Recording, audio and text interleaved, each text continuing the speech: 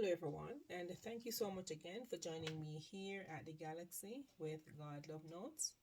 If you're new here, welcome, and welcome also my returning subscribers. Okay, I want to speak about the idea of when a person look at you as being different. It is okay to be different. I remember while I was a teenager, people always look at me as being different. I didn't understand what they were trying to say, how different I was. I was not the type of person to keep a lot of friends and company. I walk alone, not that I was feeling lonely. I was always looked at as being different. The difference in their eyes could be that I might be selfish, I might be shy, I'm too quiet, I'm not friendly, even though I'm a friendly person ever since I can recall having sense. I've always been selfish, but I love to be in my own company. But people would look at me as being different. I love people, but there comes a time when I have to withdraw my energy from people. My friends, when I was in primary school, they would be playing. I enjoy their games. I'll sit and watch and have fun, but they believe I'm different because everybody will leave their book bag in their classrooms, but you never see me one day without my book bag. I always have my book bag. I'm not leaving it for any reason. I go for break, I have my book bag. I go for lunch, I have my book bag. I'm not leaving it. People would look at these traits as being weird. I don't know if it is weird, but I feel comfortable having my belongings with me. So, regardless of how a person want to look at you as what society requires of a person to do, it does not make you less than the other person because you're looked at as being weird. Each of us is uniquely made by God in his own image. So, regardless of how people perceive us as persons, weird or whichever negative adjective they want to use to describe, each of us has a purpose. If it's weird or non weird, we still have a purpose, and this is what God designed of us to be or to do.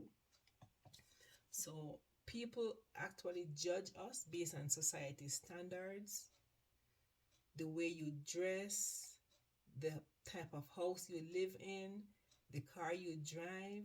If you don't drive, the clothes you wear. So these are what society use to judge us, our educational background.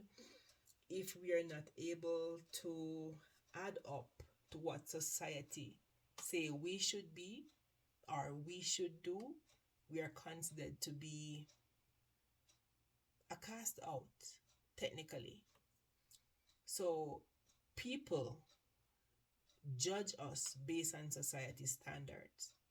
And this is unfair to some persons who love to be alone, don't like to party, don't like a lot of friends, but you're being judged as you're being selfish and you're not who you're supposed to be. But this is how God created you to be. You're comfortably in your own skin, you're comfortably in your own company, but people believe you should want to be in other people's company. When you're most comfortable in your own, you're considered to be weird.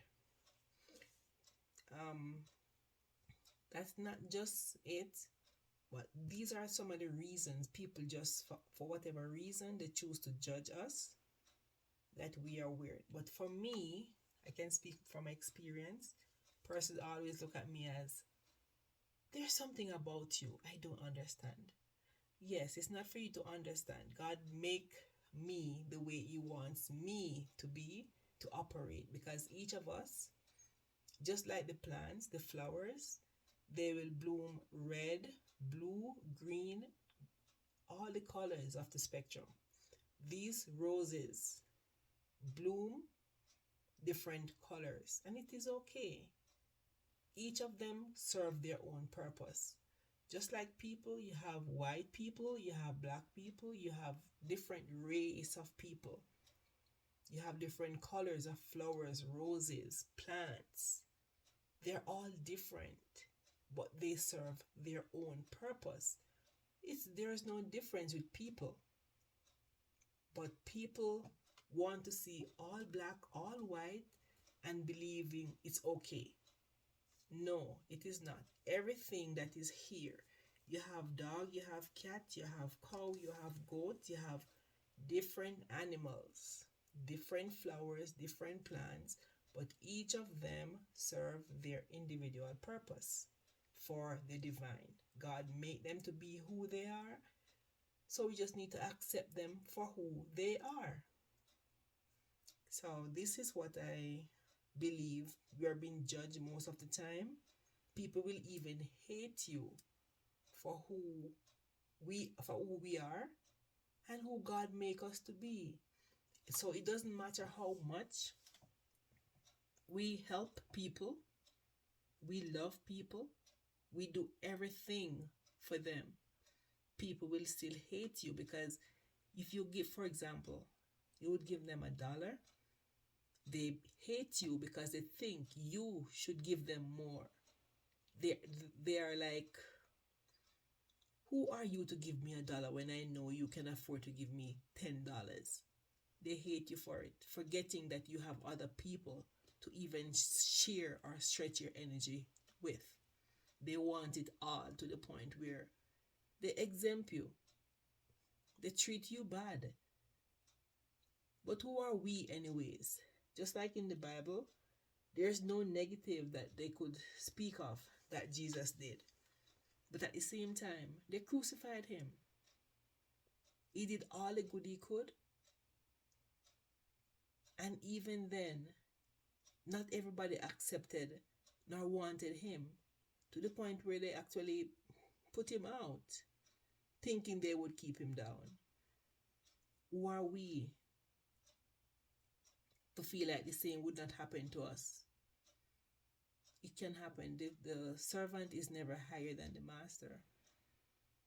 Just like how they treated Jesus, they're going to be treating us the same, or even worse.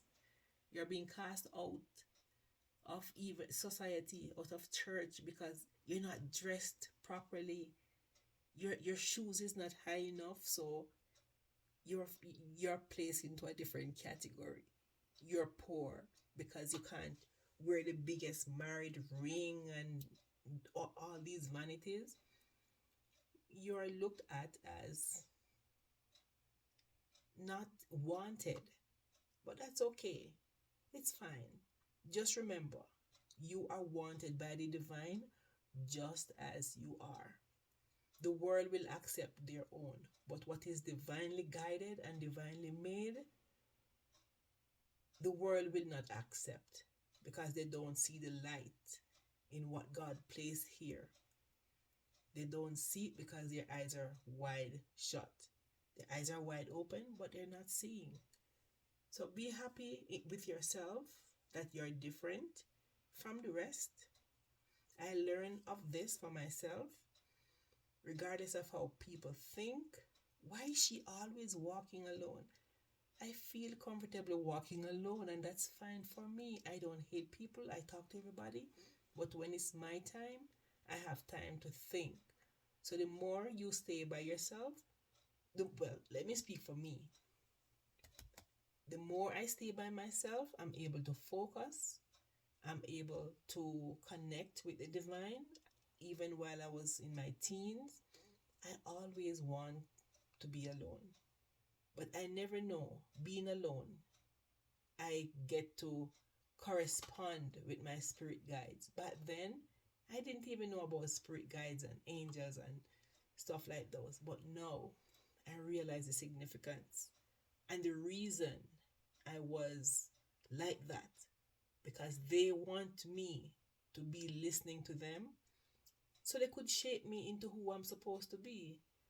And I thank God each day for all the lessons I was being taught from church, that it still instill in me today.